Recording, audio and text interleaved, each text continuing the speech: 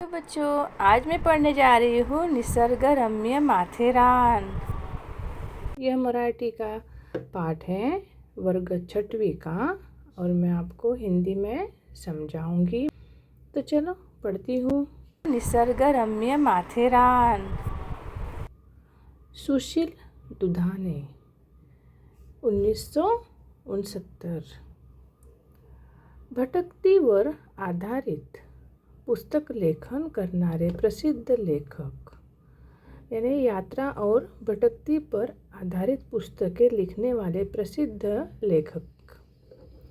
सह्याद्रीतील अवघड घाटवाटांचे आणि किल्ल्यांचे परिभ्रमण करणारे तसेच 100हून अधिक गडकिल्ले सर करणारे, दुर्ग भटकती करणारे म्हणून त्यांना ओळखले जाते।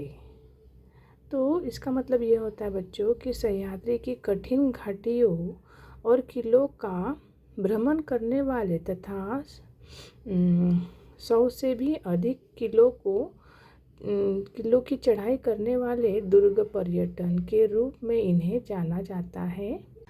त्यांची भटकतीवर आधारित सह्याद्रीतील घाटवाटा, भटकती प्राचीन लेणी व मंदिरांची, सह्याद्रीतील गडदुर्गांची भटकती ही पुस्तके प्रसिद्ध आहेत। तो बच्चों, जैसे इनकी यात्रा पर आधारित किताबें का नाम है सभी है। प्रस्तुत पाठातून लेखकाने महाराष्ट्रातील प्रसिद्ध असणारे माथेरान या थंड हवेच्या ठिकाणाविषयाचे वर्णन अतिशय सुंदरपणे विशद केले आहे। तो प्रस्तुत पाठ में लेखक ने महाराष्ट्र के प्रसिद्ध पर्वतीय स्थल यानी हिल स्टेशन माथेरान का बहुत ही सुंदर वर्णन किया है। तो चलो अब पाठ पढ़ती हूँ मैं और आपको समझाती हूँ हिंदी में। आप देख ही सकते हो, यह माथेरान का जो ट्रेन है यहाँ पे यूज़ होती है। हिल स्टेशन पे यह ट्रेन यूज़ होती है, चलाई जाती है माथेरान पे। माथेरान हे रायगड जिल्ह्यातील एक थंड हवेचे ठिकाण आहे। तो इसका मतलब ये होता है कि माथेरान रायगढ़ जिले में स्थित एक ठंड हवा का हिल स्टेशन है, एक स्थान है। मुंबईच्या आणि पुण्याच्या मंडळींना सहलीसाठी सर्वात जवळची आणि निसर्ग सौंदर्याचे नटलेले भूमि म्हणजे माथेरान। तो इसका मतलब ये होता है बच्चों कि मुंबई और पुणे के लोगों के लिए घूमने के लिए सबसे पास और प्राकृतिक सुंदरता से सजा हुआ स्थान यानी माथेरान। साधारण 803, इसको बोलते हैं बच्चों 803, यह नंबर को 803 बोलते हैं, मीटर किंवा 2600 फूट उंचीच्या पठारावर माथेरान वसले आहे।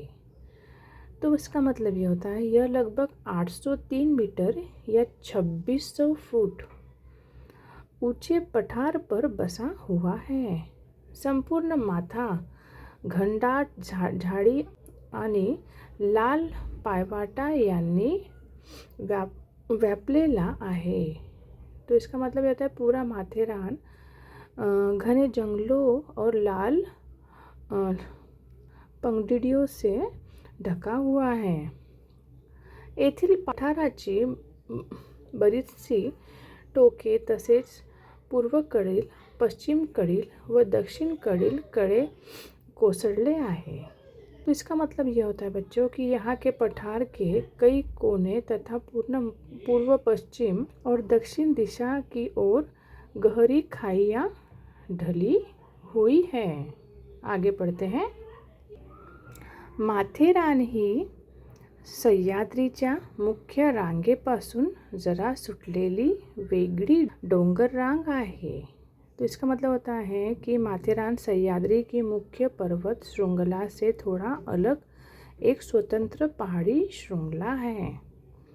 कल्याणच्या मलंगडपासून ही डोंगर रांग शुरू होते, यानी कल्याण के मलंगड से यह पहाड़ी श्रृंखला शुरू होती है। मलंगडला लागून बदलापूरच्या टवली गुहांचे किंवा बदलापूरचे डोंगर आहे। तो इसका मतलब होता है मलंगड से लगकर बदलापुर की टवली गुफाएं या बदलापुर की पहाड़ी है।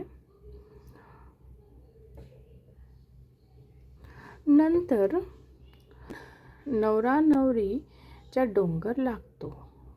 फिर उसके बाद नवरा नवरी का पहाड़ लगता है। या डोंगरावर असणाऱ्या बारीक सारीक सुडक्यामुळे हा डोंगर लगेच ओळखता येतो। यानी इस पहाड़ पर स्थित बारीक और नुकीले शिखरों की वजह से यह पहाड़ तुरंत पहचान जाता है। आगे पढ़ते हैं बच्चों। त्यापुढे चंदेरीचा प्रचंड उभा सुडका आणि नंतर म्हैसमाळ नावाचा डोंगर लागतो। तो बच्चों उसके आगे चंदेरी का विशाल खड़ा शिखर और फिर म्हैसमाळ नाम का पहाड़ आता है। नंतर नाखिंद डोंगर लागतो आणि येथूनच माथेरानचा डोंगर सुरू होतो। उसके आगे क्या होता है, नाखिंद पहाड़ आता है और यहीं से माथेरान की पहाड़ी शुरू होती है। कोणत्याही प्रकारच्या वाहनांना प्रवेश नसणारे माथेरान हे एकमेव थंड हवेचे ठिकाण आहे। तो किसी भी प्रकार के वाहनों के प्रवेश पर रोक वाला माथेरान ही एकमात्र हिल स्टेशन है। माथेरानला फक्त मिनी ट्रेननेच जाता येते असे नाही। तो इसका मतलब ये होता है कि माथेरान सिर्फ मिनी ट्रेन से ही जाया जाता है ऐसा नहीं है। आजूबाजूच्या डोंगरावरच्या वेगवेगळ्या वाटांवरून जाण्याचा अनुभवही थरारक असतो। तो इसका मतलब होता है कि आसपास की पहाड़ियों के अलग अलग रास्तों से होकर जाने का अनुभव भी बहुत रोमांचक होता है। पर्यटक उन्हाळा, हिवाळा, पावसाळा या तिन्ही ऋतूंत चढ़ाई करू शकतात। तो इसका मतलब होता है कि पर्यटन गर्मी, सर्दी या बारिश इन तीनों मौसमों में यहाँ चढ़ाई कर सकते हैं। ही भ्रमती मनसोक्त आनंद देऊ जाते। तो यह मन को असीम आनंद देती है। बच्चों आज मैं पार्ट 1 यहाँ समाप्त करती हूँ। पार्ट 2 अगले वीडियो में आप देख ही सकते हो। तब तक के लिए बाय बाय।